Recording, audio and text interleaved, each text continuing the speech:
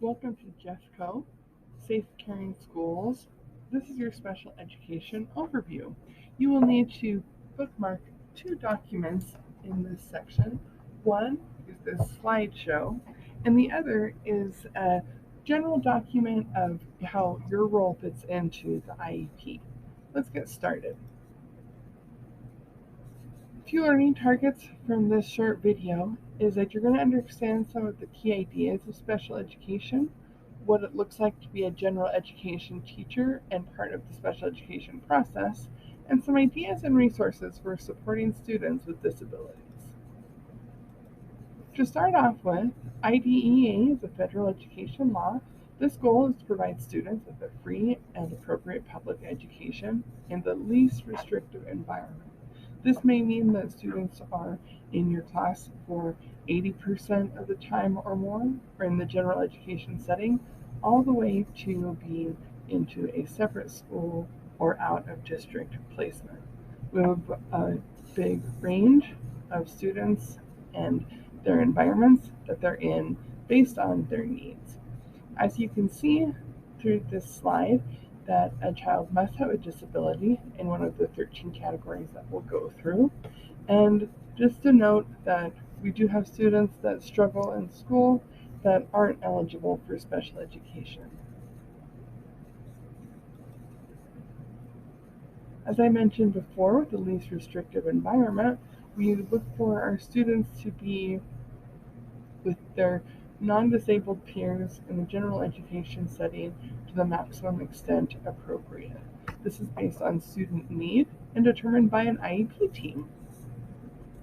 There are 13 categories disability categories that a student might be eligible to receive special ed services. You will see those listed here.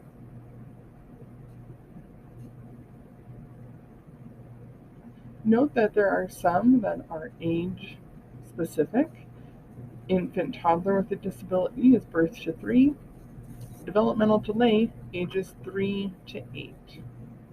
Once a student turns 9 years old, they can no longer qualify with the developmental delay.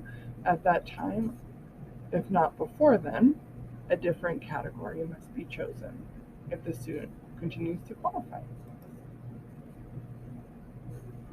Having one of these disabilities does not automatically qualify a child under IDEA to be eligible.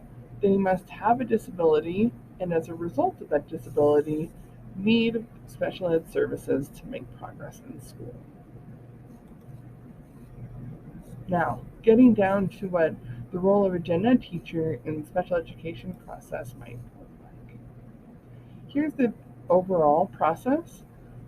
We start with the referral to special education for our students that have not yet been identified.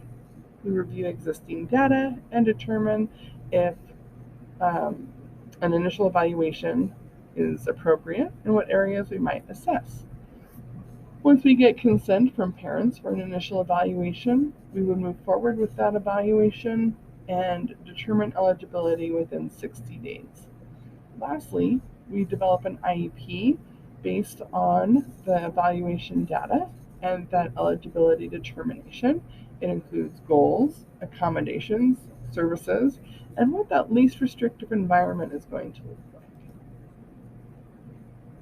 There is a review cycle, so if a student is already on an IEP, every year they have an IEP, and every 3 years they have a reevaluation. We reevaluate to determine if this setting is appropriate. I mentioned that there are 2 documents that you need to bookmark. The second document is this document linked here. It's also linked in your Schoology course. It goes over the role in the IEP process. We're going to take a look at what that looks like and look at preparation for the IEP meeting, what we do during the IEP meeting, and then some tips on how we implement. Preparation for the IEP meeting, you are going to want to come to the IEP meeting prepared to discuss the students' learning in your classroom, strategies that have been useful and successful, strategies that may need to be changed in order to be more appropriate and successful.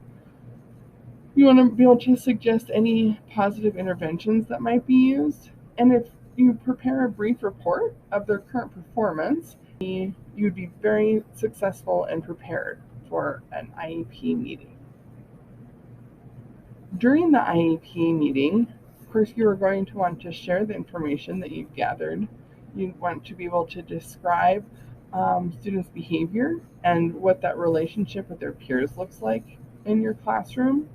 Any recommendations for accommodations that are appropriate, and any recommendations for accommodations that might be able to be tweaked. Lastly, we look at the implementation of the IEP. We review the IEP for implications on classroom instruction. We establish that and maintain effective and positive communication with parents. Fill their bucket as much as possible, and then when you're needing to discuss issues with the student, you'll be able to do that a little bit better. Here are some best practices for that general education classroom. When explicit instruction, positive behavior, flexible grouping, and universal design. Where we find our students in IEPs, you will get IEPs from the case manager.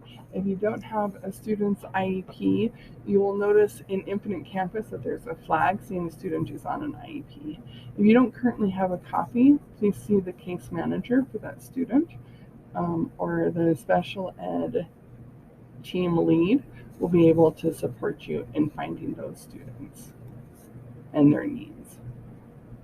I'm going to include this video as a link in Schoology. You'll be able to watch it, enjoy it, one of my favorites.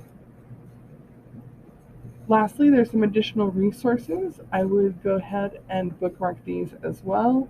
Specifically, the Jeffco SPED A to Z will be helpful if you are a special ed teacher, provider, or looking for general special ed questions.